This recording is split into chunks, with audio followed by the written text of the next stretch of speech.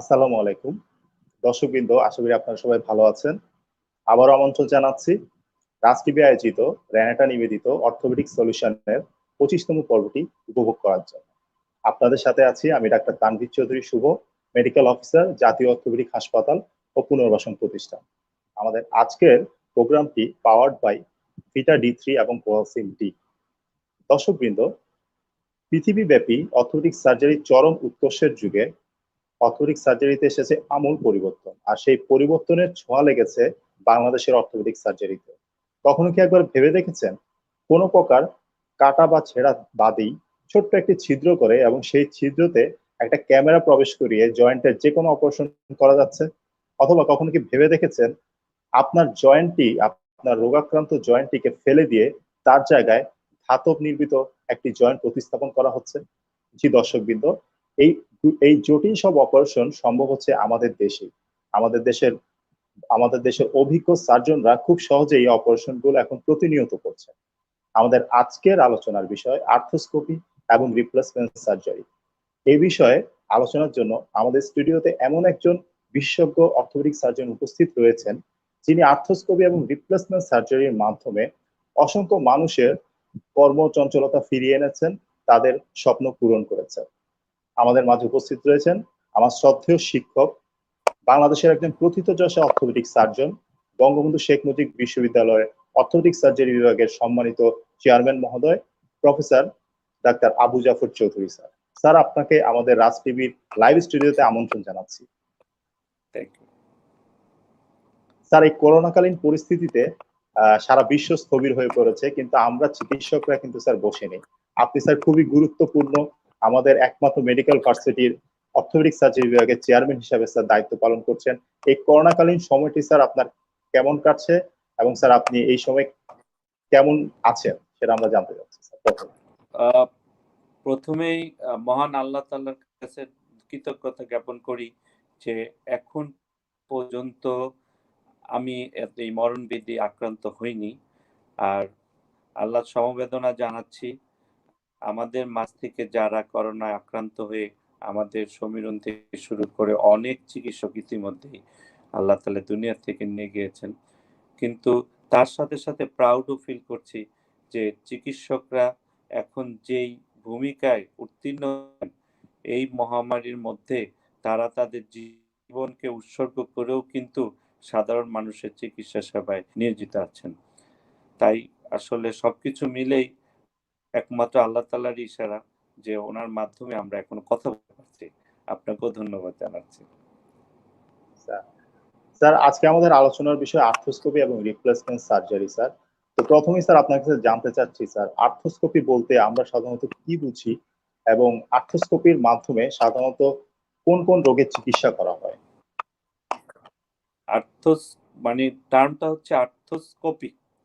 Arthroscopy মানে হচ্ছে আর্থ হচ্ছে গিয়ে আমাদের বাংলা ভাষায় যদি বলি সেটা হচ্ছে জোড়া, শরীরের বিভিন্ন জোড়া। স্কোপি মানে হচ্ছে গিয়ে দেখা, দেখা হচ্ছে এটা হচ্ছে একটা এন্ডোস্কোপিক সার্জারি।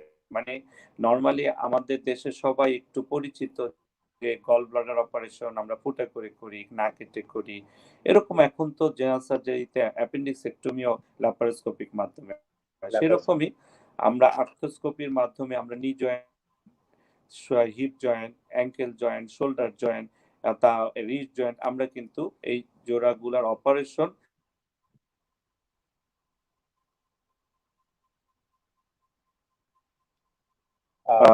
এটা আমরা ম্যাক্সিমাম অপারেশন আমরা স্কোপির মাধ্যমে করতে পারি, না কেটে। না কেটে আমরা এই অপারেশন গুলা করতে পারি। স্যার, আপনাকে স্যার স্ক্রিনে দেখা যাচ্ছে না স্যার। স্যার, আপনি কি আমাকে দেখতে পাচ্ছেন স্যার? আমি দেখতে পাচ্ছি, কিন্তু মোস্ট লাইকলি তুমি কলটা ডাইরেক্ট করে দাও। আচ্ছা স্যার, আমার কথা শুনতে পাচ্ছেন স্যার আপনি? আচ্ছা স্যার, মনে হয় একটু ডিসকানেক্টেড হয়ে গিয়েছে স্যার, আবার সংযোগ ফিরে আসবে আশা করছি। দর্শকবৃন্দ, আপনারা দেখতে পাচ্ছেন রাজ টিভি আয়োজিত রেনেটা নিবেদিত অর্থোপেডিক সলিউশনের 25তম পর্ব। আপনাদের সাথে আছি আমি ডাক্তার তানভীর চৌধুরী। আমাদের এই প্রোগ্রামটি পাওয়ার্ড বাই ভিটা ডি3 এবং কোরালসিন ডি। আমাদের আজকের আলোচনার বিষয় আর্থ্রোস্কোপি এবং রিপ্লেসমেন্ট সার্জারি। এ বিষয়ে আজকে আমাদের বিশেষজ্ঞ মতামত দেওয়ার জন্য আমাদের স্টুডিওতে, আমাদের লাইভ স্টুডিওতে, রাজ টিভি লাইভ স্টুডিওতে উপস্থিত রয়েছেন বঙ্গবন্ধু শেখ মুজিব মেডিকেল বিশ্ববিদ্যালয়ের অর্থোপেডিক সার্জারি বিভাগের সম্মানিত চেয়ারম্যান মহোদয় professor doctor Abu Jafar Chowdhury sir. Sir কিছুটা নেটওয়ার্ক সমস্যার কারণে ডিসকানেক্টেড হয়ে গিয়েছে। স্যার যখন আবার আসবেন আমরা সরাসরি তাকে আমাদের স্টুডিওতে কানেক্ট করে নিব। দর্শকবৃন্দ, আপনারা জানেন যে আর্থ্রোস্কোপ এবং রিপ্লেসমেন্ট সার্জারি অত্যন্ত আধুনিক দুটি চিকিৎসা পদ্ধতি, যার মাধ্যমে অসংখ্য মানুষের চিকিৎসা করা হচ্ছে বাংলাদেশে। এবং আর্থ্রোস্কোপি কিছুক্ষণ আগে স্যার বলে দিয়েছেন যে আর্থ্রোস্কোপি মানে হচ্ছে ছোট। স্যার আপনাকে আবার স্যার স্বাগতম জানাচ্ছি। জি, থ্যাংক ইউ। আসলে মাঝে মধ্যে এই বিড়ম্বনার শিকার হতে হয়। স্যার আর্থ্রোস্কোপির মাধ্যমে স্যার আমরা সাধারণত কোন কোন রোগের চিকিৎসা করে থাকি স্যার? আমরা বেসিক্যালি আমাদের দেশে প্রচলিত যেটা, আমরা যেহেতু এটা খুবই অর্থোপেডিক্স এর সবচেয়ে স্ট্যান্ডার্ড একটি চিকিৎসা, তো সেই ক্ষেত্রে কিন্তু ইতিমধ্যে তুমি আসলে বলেছো যে আমরা কিন্তু ওয়ার্ল্ডের সাথে কম্পিট করেই অর্থোপেডিক চিকিৎসা দিয়ে থাকি। আমরা কিন্তু সেভাবে করছি। তো আমরা এই মুহূর্তে সত্যিকার অর্থে আমরা যেটা করি, নি জয়েন্ট এবং শোল্ডার জয়েন্টে আমরা মানে সব ধরনের অপারেশন নরমালি করি। তবে কমনলি যেটা করা হয় আর্থ্রোস্কোপির মাধ্যমে কমনলি যে জিনিসটি করা হয় সেটা হচ্ছে স্পোর্টস ইনজুরিতে কিংবা যে কোনো অ্যাক্সিডেন্টাল ইনজুরিতে কিংবা ফল ফ্রম হাইটে। তো এখান থেকে যেটা দেখা যায় internal structure of the knee joint and shoulder joint, I mean যে এক নি জয়েন্টের মধ্যে ভিতরে কিছু লিগামেন্ট সফট স্ট্রাকচার থাকেন এবং কার্টিলেজ স্ট্রাকচার মিনিসকাস যেগুলো আমাদের নর্মাল মুভমেন্ট, নর্মাল এবং কম্পিটিটিভ মুভমেন্ট। আমি বলতে যেটা বুঝাচ্ছি কম্পিটিটিভ মানে হচ্ছে গিয়ে যে আমাদের যে কোনো ধরনের কম্পিটিটিভ গেম হতে পারে, যে কোনো ধরনের নর্মাল ওয়াকের বাইরে আমাদের স্ট্রেসফুল ওয়াক অর রানিং লাগতে পারে। এই যে জিনিসগুলা, এই জিনিসগুলোর জন্য এই স্ট্রাকচারগুলো খুব ইম্পর্টেন্ট।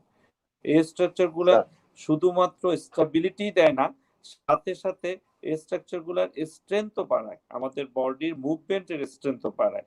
তো সেই ক্ষেত্রে এই স্ট্রাকচার না থাকলে কিন্তু একটা মানুষের নর্মাল যে মুভমেন্ট অ্যান্ড স্ট্রেসফুল মুভমেন্টে কিন্তু হ্যাম্পার হয়, বিঘ্ন ঘটে। যে এই সেই জায়গাগুলোতে যদি আমাদের চিকিৎসা করতে হয় কিংবা আমরা এই জায়গাটা যদি করতে পারি তাহলে কিন্তু আমাদের নর্মাল কর্মক্ষমতা ফিরে আসে। যেমন ধরেন যে একটা লোক আমার একটা একটা একটা মেল পেশেন্ট অথবা ফিমেল পেশেন্ট, এখন কিন্তু সবাই অ্যাক্টিভ, সত্যিকার অর্থে যে যার লাইন অ্যাক্টিভ। ঘরে কিন্তু আগে আমরা যখন ছোট ছোট অবস্থায় দেখেছি আমার মা বাসায় থাকেন, আমার বোন কিন্তু বাসায় থাকেন না, আমার বোন কিন্তু পড়ালেখা করে আলটিমেটলি কাজে যান, ঠিক না? সুতরাং এটা হচ্ছে আমরা ইন্টারন্যাশনালি সব জায়গায় কম্পিট করি। শুধু অ্যাক্টিভ অ্যাক্টিভ একটা মুভমেন্টের জন্য কিন্তু যে কোনো ধরনের এই স্ট্রাকচার গুলো যদি তার নর্মাল কর্মক্ষমতা হারায় কিংবা বিঘ্ন হয়, সেই ক্ষেত্রে তখন দেখা যায় যে আমরা পারি না। না পারার জন্য তখন আমরা এই মিনিমাল সার্জারি বলি আমরা। এই সার্জারি গুলো আগে হতো না তা না, হতো। সেটা ছিল একবার কেটে ওপেন করে তারপরে সার্জারি হতো। সেই ক্ষেত্রে কিন্তু মরবিডিটি বলি আমরা। যে মরবিডিটি বলতে যা বোঝায় সেটা যে একটা মানুষের সার্জারি পরবর্তী সময়ে কিছু লিমিটেশন চলে আসে, সেই লিমিটেশন গুলাকে ওভারকাম করা, হসপিটাল স্টে কমায় দেওয়া এবং ইকোনমিক্যালি মানে বেনিফিটেড হওয়া, সবকিছু মিলেই কিন্তু এই অল্প সময় সার্জারি করে একটা পেশেন্টকে খুব অল্প সময় তার নর্মাল কর্মক্ষমতায় ফিরে দেওয়া যায়। যেরকম ধরেন আমি যেটা বলতে পারি আমাদের রিনাউন ক্রিকেটার সেটা হলো মাশরাফি। মাশরাফি কিন্তু তার পারফরমেন্স ধরে রাখার জন্য most likely 6 to 7 time surgery করতে হয়েছে। সেটা কেন? সেটা হাঁটুর ভিতর একটা লিগামেন্টের সার্জারি করতে হয়েছে। না হলে কি হতো, মাশরাফির তার যে পারফরমেন্স বোলিং এ, ফাস্ট বোলিং এ সেটা হচ্ছিল না, ঠিক না? তার কাজ ঠিক না, তার কাজ তো এটা। এখন মনে করেন আমি একজন ডাক্তার কিংবা তুমি একবারে একবার ইয়াং ডাক্তার, কদিন পরে তুমি অপারেশন, কিন্তু তোমাকে মনে করো একটা লং টাইম সার্জারি করতে হবে। সেই জায়গাটায় কিন্তু তুমি যখন অনেকক্ষণ ধরে দাঁড়িয়ে থাকতে হবে, তোমার যদি এসিএল কিংবা পিসিএল এর সমস্যা হয় সেই ক্ষেত্রে কিন্তু তোমার এক্সস্টেড হয়ে যাবা, তুমি কিন্তু তখন এটা পারবা না। আলটিমেটলি কি হবে তখন, আমি নামটা বলতে চাচ্ছি না, আমাদের একজন আর্থ্রোস্কোপিক সার্জন আছে, জুনিয়র সার্জন, তার কিন্তু স্যার এখন মিনিস্কাল সিস্ট আছে, সে কিন্তু দেখা যাচ্ছে যে তার ব্যথা হচ্ছে, সে তার পারফর্ম করতে পারছে না। সুতরাং এটা খুবই ইম্পর্টেন্ট পার্ট। অনেকে যেটা জিজ্ঞেস করে যে এই সার্জারিটা কি খুব জরুরি, আমি এই জন্য কথাটা বললাম এই কারণে যে এই সার্জারিটা আসলেই খুবই জরুরি, তার নর্মাল ডেইলি লিভিং এর জন্য জরুরি। সাথে সাথে পরবর্তী সময় লং টাইম পাস হওয়ার পরে যে long complication, after long time যে কমপ্লিকেশন, আই মিনস যদি ধরি নি জয়েন্টে খুব আর্লি অস্টিওআর্থ্রাইটিস ডেভেলপ করে ফেলে। আমি যদি আমার শোল্ডারের কথা বলি, শোল্ডারে মুভমেন্ট রেস্ট্রিকশন হয়ে যায়, সে একই কথা অ্যাঙ্কেলের ক্ষেত্রে। তাহলে বিষয়গুলো কিন্তু এটা খুবই ইম্পর্টেন্ট পার্ট যে নর্মাল কাজের জন্য এই কাজগুলো করতে হবে। এখন তোমার যে কোশ্চেনটা ছিল সেটা হচ্ছে যে কি কি অপারেশন করতে পারি। আমরা অপারেশন করতে পারি স্পোর্টস ইনজুরিতে যদি তার স্ট্রাকচারাল প্রবলেম হয়, স্ট্রাকচারাল বলতে ligament injury, meniscus injury, sir কিংবা স্যার ইনজুরির জন্য যদি কার্টিলেজ মানে নি জয়েন্ট কিংবা যে কোনো জোড়া যে কশেরুকা বলি, একটা স্মুথ যে কাভারিং থাকে যার জন্য মুভমেন্টটা স্মুথ হয়, সেই কাভারটার ডিস্ট্রাকশন হয়ে দেখা গেল জোড়ার মধ্যে চলে আসতেছে, জোড়ায় চলে আসলে দেখা গেল কি হচ্ছে, তখন মুভমেন্টটা রেস্ট্রিক্টেড হয়ে গেল, সেটা রিমুভ করা যেতে পারে। কিংবা এই কাভারটাকে যে কশেরুকা আছে এই কশেরুকাকে রিপ্লেস করা যায়। কিংবা আমরা অন্য কোনো অপারেশন যেটা হলো যে আমরা বলি মাইক্রোফ্র্যাকচারের মাধ্যমে দেখা যায় যে আমরা ওটাকে স্টিমুলেশন করি, মানে হাইল্যান্ড কার্টিলেজের পরিবর্তে এটা ফাইব্রো কার্টিলেজ ডেভেলপ করে, তাতে স্মুথনেসটা কিছু হয়, মুভমেন্ট হয়। এছাড়া যদি পোস্ট ইনফেক্টিভ কোনো ইসে থাকে সেই ক্ষেত্রে অপারেশন করতে পারি, কিংবা ফরেন বডি থাকে সেটা করতে পারি। মানে বিভিন্ন ধরনের surgery, any type of surgery we can do the arthroscopy basically. Sir thank you sir. Sir দর্শক কিন্তু আপনারা স্যারের কথা থেকে জানতে পারলেন যে আর্থ্রোস্কোপির মাধ্যমে আমরা নি জয়েন্ট, শোল্ডার জয়েন্ট, এমনকি স্পাইনে পর্যন্ত অপারেশন করতে পারি। এবং আর্থ্রোস্কোপিক অপারেশনের সুবিধা হচ্ছে আপনাকে খুব কম সময় হসপিটালে থাকা লাগছে, এবং আপনার অপারেশন পরবর্তী যে মরবিডিটি বা কমপ্লিকেশন, যেটা আমরা ওপেন সার্জারি করলে অনেক সময় ইনফেকশন হয় বা ব্লিডিং হয়, সেটা আর্থ্রোস্কোপির ক্ষেত্রে অনেক অনেকাংশে কমে যাচ্ছে। স্যার আপনার কাছে পরবর্তী যে কোশ্চেনটা আমি জানতে চাচ্ছি সেটা হচ্ছে স্যার, অনেকেই মনে করেন যে আর্থ্রোস্কোপি অপারেশনটাই স্যার অনেক ব্যয়বহুল, অনেক অর্থ খরচ হয়। তো স্যার আমাদের দেশে কোন কোন সরকারি হাসপাতালে আর্থ্রোস্কোপি অপারেশন করা যায়, এবং সরকারি হাসপাতালে অপারেশনের খরচ কেমন, আর যদি সে স্যার বেসরকারি ভাবে করতে চায় সেখানে স্যার খরচ কেমন? এই এই জায়গাটাতে আমি একটু তোমাকে একটু আনসার করতে গেলে একটু সময় নিয়ে আনসার করি। সেটা স্যার হচ্ছে যে স্যার শিওর স্যার। স্যার প্রথম কথাটা হচ্ছে যে আর্থ্রোস্কোপি অনেক সময় বলা যায় যে খুব ব্যয়বহুল, আসলেই না। আমি একমত না। কেন একমত না আমি স্যার এটা ভেঙে বলি যে তুমি একটু আগে বলেছো এটার কমপ্লিকেশন রেট অনেক কম। যেমন প্রথম কথা হলো আর্থ্রোস্কোপি কেন এত পপুলার, কেন এত টাইম ডিমান্ডিং এন্ড মানে well done operation, because of well visualized, okay, and we can do the surgery perfectly basically, যেটা it is sir not possible in open method। এটা ওপেন মেথডে করা একেবারেই সম্ভব না, যেটা ক্যামেরার মাধ্যমে সব কর্নার দেখে আমরা একবার অ্যাকুরেট অ্যানাটমিক্যাল পজিশনে এটা রিপ্লেস করা যায়। এটা হলো প্রথম কথা। স্যার সেকেন্ড কথা হলো হসপিটাল কস্ট কিন্তু আলটিমেটলি তুমি অপারেশন চার্জ বলো আর এসে বলো, হসপিটাল কস্টে মেডিসিন বলো এবং হসপিটাল স্টে বলো, সবকিছু মিলায় কিন্তু দেখা যাবে যে আর্থ্রোস্কোপিতে আসলে চার্জটা কম, নর্মাল কম। অপারেশন থেকে কম। এবং বাংলাদেশের আমাদের দেশে যেটা হচ্ছে যে বঙ্গবন্ধু শেখ মুজিব মেডিকেল ইউনিভার্সিটি তো একবারে আলাদা ইউনিটই আছে আর্থ্রোস্কোপি, যেটা এস্টাবলিশড ইউনিট, এটা প্রথম ইউনিট তৈরি হয়েছে বাংলাদেশে, আমরা সেটা করি।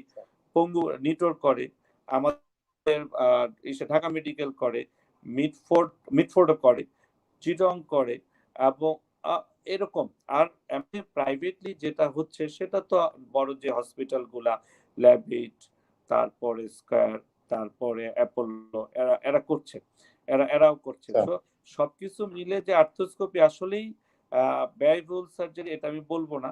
তবে হ্যাঁ, যেটা হচ্ছে যে যেহেতু এই কাজটা করার জন্য কিছু ইনস্ট্রুমেন্টাল ইউজ আছে, ইনস্ট্রুমেন্টাল ইউজের জন্য এই ইনস্ট্রুমেন্টের মধ্যে ইনস্ট্রুমেন্টে কিছু ইকোনমিক ইনভলভমেন্ট থাকে, এই ইকোনমিক ইনভলভমেন্টের জন্য কিছুটা চার্জ আসে। কিন্তু আমি যদি ঘুরে অন্যভাবে চিন্তা করি যে অ্যান্টিবায়োটিক, যেমন অ্যান্টিবায়োটিক তুমি ওপেন মেথডে করলে অনেকদিন খাওয়াতে হবে, আর্থ্রোস্কোপিতে দেখা গেল যে তুমি এত অ্যান্টিবায়োটিক দিতে হচ্ছে না, তখন দেখা গেল হসপিটালে তুমি ওপেন মেথড এতদিন থাকতে হবে। আর্থ্রোস্কোপিতে আমি যেমন এসিএল করলে আমি রাত্রে করে সকালে করে দিই, মানে সকালে এটা ডিসচার্জ করে দিই পেশেন্ট। তাহলে এই যে এটা ডে কেস সার্জারি হিসেবে আমি বেসিক্যালি এখন আমার ডে কেস সার্জারি, হসপিটাল হয়তো সম্ভব হয় না, স্যার যেহেতু আমাদের একটা দিন সার্জারি, আগে ভর্তি হতে হয়, জিএফি করতে হয়, কিন্তু বাইরে কিন্তু আমার ডে কেস সার্জারি।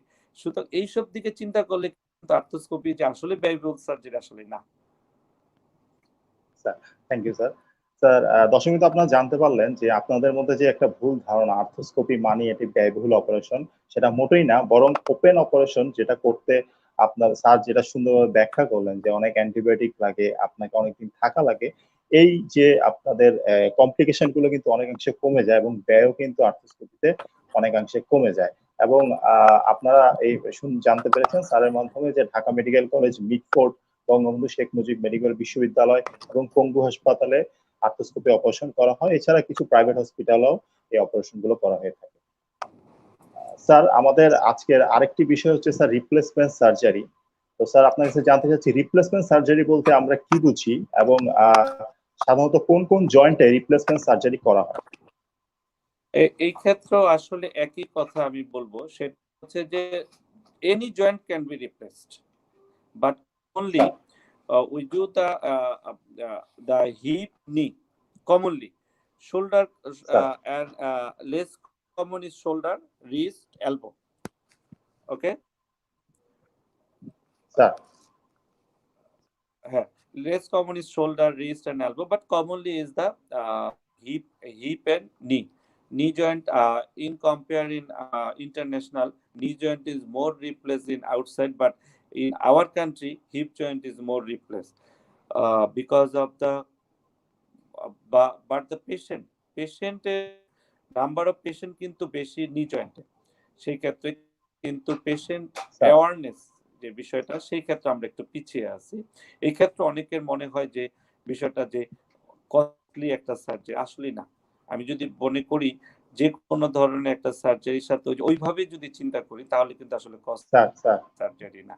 এখন প্রবলেমটা যে বিষয়টা হইতেছে যে আমরা কখন করি।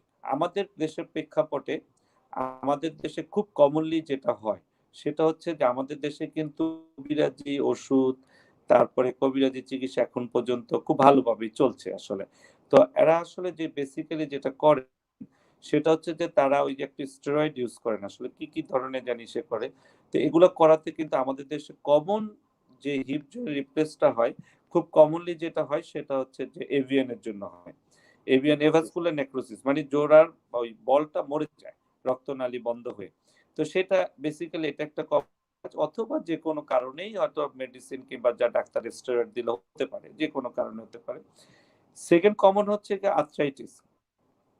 আর্থ্রাইটিসের ক্ষেত্রে যেটা হচ্ছে এইটা তো আসলে অ্যাভয়েড করার কিছু নাই, যারা আর্থ্রাইটিস আছে তাদের ক্ষেত্রে সেকেন্ডারি অস্টিওআর্থ্রাইটিস ডেভেলপ করলে আমাদের করতে হবে প্রাইমারি। এন্ড থার্ড কমন হচ্ছে পোস্ট ট্রমাটিক, যেটা হলো যে আগে আর্লিয়ার লাইফে হয়তো তার ব্যথা পেয়েছিল, সেখান থেকে হয়তো কার্টিলেজ ডিস্ট্রাকশন, সেই ক্ষেত্রে জোড়া ইনভলভ হয়ে সেই ক্ষেত্রে সেকেন্ডারি অস্টিওআর্থ্রাইটিস। তারপরে কমন হচ্ছে গিয়া আমাদের দেশে হলো ইনফেক্টিভ পোস্ট ইনফেক্টিভ। সে এই জায়গা এই কাজগুলোতে দেখা যাচ্ছে যে আমরা এই যে হিপ জয়েন্ট এবং নি জয়েন্ট, এখন হিপটা আমরা কমনলি করি। তো সেই ক্ষেত্রে হিপের যেটা হয় সেটা হচ্ছে যে আমরা হিপ হচ্ছে কি একটা ধরনের যে বল এন্ড সকেট টাইপ জয়েন্ট, যেটা বলও থাকে একটা সকেট থাকে, জাস্ট এরকম একটা বল এন্ড সকেট। তো we have to replace the cartilage part, আসলে বেসিক্যালি কার্টিলেজ পার্টটা রিপ্লেস করার জন্য আমরা এসিটাবুলাম মানে সকেট যেটা, এই সকেটটার কার্টিলেজ পার্টটা রিপ্লেস করি। এটার জন্য একটা আর্টিফিশিয়াল ইমপ্ল্যান্ট আছে। আর হিপের যেটা আছে সেটা হচ্ছে যে আমরা বলটা ফেলে দিয়ে একটা আর্টিফিশিয়াল বল তৈরি করে দিই। এটা বিভিন্ন ধরনের ইমপ্ল্যান্ট আছে। তো বিভিন্ন ধরনের ইমপ্ল্যান্ট বিভিন্ন প্রাইসে, যে যত মানে ইউজ করতে চায়, বিভিন্ন দেশের আছেন, যে যেটা আসলে ইউজ করতে চায় সেটা তার মতো। বাট এটা বলতে পারি যে একটা পেশেন্টের যদি হিপ চেঞ্জ করার পরে আর যে যে তার যে রোগ, তার রোগের এমন একটা পর্যায়ে আমাদের কাছে আসেন যেটা হচ্ছে যে যখন কিন্তু একটা উদাহরণ দিয়ে বলি যে সে তার পার্সোনাল হাইজিন কিন্তু মেনটেন করতে পারেন না। মানে এমন একটা সময় আসে যেটা হলো যে তার আমাদের যে ডেইলি লিভিং যে পার্সোনাল হাইজিন মেনটেন করে সেই জায়গাটা তো হ্যাম্পার হয়। তার মানে কি একটা পেশেন্ট একেবারেই কমোডেও বসতে পারে না দেখা যায়, মুভমেন্ট পেইনফুল, একটা স্টেপ দিতে পারে না। এইসব কাজগুলাতে দেখা যায় যে তখন যখন এই জোড়াটা চেঞ্জ করা হয় তখন কিন্তু পেশেন্ট একটা সময় পরে, এটা খুব বেশি সময় না, দেখা যায় যে 2 থেকে 3 সপ্তাহ পরেই পেশেন্টের কিন্তু every movement is possible without pain. You just think about this, যে একটা মানুষ আরেকটা মানুষ তার ব্যথা ছাড়া স্টেপ নিচ্ছে, জাস্ট এতটুকু চিন্তা করলেই কিন্তু আর কিছু লাগে না। যে মানে একটা মানুষের, আমি প্রতিটা স্টেপে ব্যথা নিয়ে হাঁটছি, মুভমেন্ট করছি, আমি বাথরুমে যাব মনে করি, প্রেয়ার তো পরের কথা, আমরা মুসলিম হিসাবে কিংবা হিন্দু হিসাবে যাই বলি, তাদেরই যারই প্রেয়ার আছে তাদের একটা পজিশন রাখতে হয়, আমরা পার্সোনাল হাইজিন মেনটেন করতে ডেইলি দৈনন্দিন কাজ আছে। ব্যথা ছাড়া মুভমেন্ট আর ব্যথা সহ মুভমেন্ট, এই যে তার মুভমেন্ট আর মুভমেন্ট রেস্ট্রিকশন তো তার আছে, সেটা আমি গেলাম না। সেই যেটা কমন হচ্ছে আমাদের বাংলাদেশে সেটা হচ্ছে নি জয়েন্ট। নি জয়েন্ট ক্ষেত্রে আমাদের দেশে খুব কমনলি যেটা হয় সেটা হচ্ছে যে মহিলাদের বেশি হয়, এবং এটা হলো সেকেন্ডারি অস্টিওআর্থ্রাইটিসটা কমন। এখানে রিউমাটয়েড আর্থ্রাইটিস হতে পারে, এখানে পোস্ট ইনফেক্টিভ হতে পারে, পোস্ট ট্রমাটিক হতে পারে, সেটা আছে আলাদা কথা, বাট কমন ইজ অস্টিওআর্থ্রাইটিস। এবং এই অস্টিওআর্থ্রাইটিস কমন বলতে আমাদের দেশে যে প্রবলেমটা হয়, আমাদের দেশে ফিমেল, আমার মা বোনরা যা হচ্ছে, তারা কিন্তু দেখবো যে 35 পরে আর ওয়েটটা ধরে রাখে না, মানে মোটামুটি অ্যাভারেজ সবারই একটা মানে মানে এভারেজ একটা ওভারওয়েট হয়ে চলে যায়। ওভারওয়েট হওয়ার জন্য আর আমাদের আরেকটি বিষয় হচ্ছে যে আমাদের কিন্তু ওয়ারেন্টি এর বেশি হয় বিকজ অফ আওয়ার রিলিজিয়াস। এই রিলিজিয়াসের জন্য কিন্তু আমাদের নি জয়েন্টের মুভমেন্টটা বেশি করি। সেকেন্ড আরেকটা কজ, আমি যেটা আমার ব্যক্তিগত মতামত, অন্য কোনো না, ব্যক্তিগত মতামত যেটা হচ্ছে যে আমরা এখনো কিন্তু majority of the population high commode use করি না। আমরা কিন্তু 90% population is low commode use করে, তার মানে knee is flexed in more than 120। So এই সব কারণে ওয়ারেন্টি একটা বেশি অস্টিওআর্থ্রাইটিস ডেভেলপ করে। অস্টিওআর্থ্রাইটিস ডেভেলপ করলে একটা জায়গায় যেটা হয় যে প্রথম যেটা হয় যে কনসার্ন, এমনি এটা এর মাধ্যমে এই টিভির মাধ্যমে যেটা জানাতে চাচ্ছি যে আপনি যে ওষুধ খাচ্ছেন, মানে এই জায়গাটা তোমার পরের কোশ্চেনটা যেরকম আসবে আমি জানি যে স্যার এটাও তো কস্টলি, এটা হচ্ছে, তো এই জন্য কথাটা বলছি যে আপনি এই ব্যথার জন্য এই ডাক্তারের যে পরামর্শ নিচ্ছেন, রিপিটেডলি ডাক্তারের চেম্বারে যাচ্ছেন, ভিজিট দিচ্ছেন, ওষুধ খাচ্ছেন, সাথে হচ্ছে আরো কিছু আমরা যেটা করি, আর্টিকুলার স্টেরয়েড দেই তার সুদিং এফেক্টের জন্য, পেশেন্টের ভালোর জন্য। এই যে এক্সপেন্স, এই এক্সপেন্সটা যদি আপনি চিন্তা করেন তাহলে কিন্তু আপনার এই ব্যথা মুক্ত, এগুলোর পরেও কিন্তু আপনার রেস্ট্রিকশন থাকে, এগুলোর পরেও কিন্তু আপনার ব্যথা থাকে, এবং এই মেডিসিন গুলারও কিন্তু প্রত্যেকটারই সাইড ইফেক্ট আছে। আমাদের এলোপ্যাথিকে যেটা বলা হয় যে আমাদের কিন্তু প্রতিটা মেডিসিনের সাইড ইফেক্ট আছে, আমরা রিস্ক বেনিফিট রেশিও চিন্তা করেই কিন্তু মেডিসিন গুলা বলি। তো সেই ক্ষেত্রে যে এই যে ওষুধগুলো খাচ্ছেন সেগুলো তো আপনার শরীরে সাইড ইফেক্ট করতেছে। এই সবকিছু মিলে যদি চিন্তা করেন তাহলে কিন্তু আপনি যদি যদি একটা ভালো মুভমেন্ট চান, ওয়েল ফিটেড মুভমেন্ট চান, তাহলে কিন্তু এই সার্জারিটা আপনার জন্য খুবই হেল্পফুল। আর যদি ইকোনমিক পারপাসের কথা, আমি যেহেতু এটা আগে থেকে বলে দিলাম, আপনি এই লং টাইম যে করতেছে এই টাকাগুলো একটু কাউন্ট করুন, তাহলে দেখবেন যে আপনার চিকিৎসা কিন্তু অপারেশন আসলে ইকোনমিক্যালি বেনিফিটেড আপনি।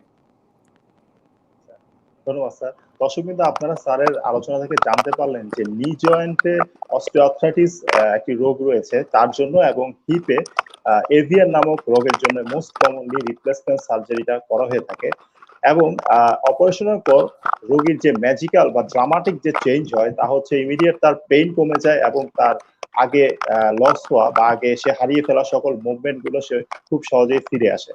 এখন আপনারা যদি চিন্তা করে থাকেন অপারেশনটা ব্যয়বহুল, সেটারও স্যার সুন্দর ব্যাখ্যা দিয়েছেন যে দীর্ঘদিন যাবত আপনি ওষুধ খেয়ে বা ইনজেকশন দিয়ে যে পরিমাণ অর্থ অপচয় করেছেন তার চেয়ে অনেক অনেক কম খরচে আপনি যদি অপারেশনটা আগেই করে ফেলতে পারতেন তাহলে আপনার অনেক অর্থ অপচয় কম হতো। স্যার আপনার কাছে জানতে চাচ্ছি অস্টিওআর্থ্রাইটিস বাংলাদেশের প্রেক্ষাপটে খুব কমন একটি রোগ স্যার, যার সবচেয়ে কমন স্থান হচ্ছে স্যার নি জয়েন্ট। স্যার নি জয়েন্টে অস্টিওআর্থ্রাইটিস এর হলে কোন স্টেজে সাধারণত স্যার আমরা রিপ্লেসমেন্ট সার্জারিটা করে থাকি স্যার?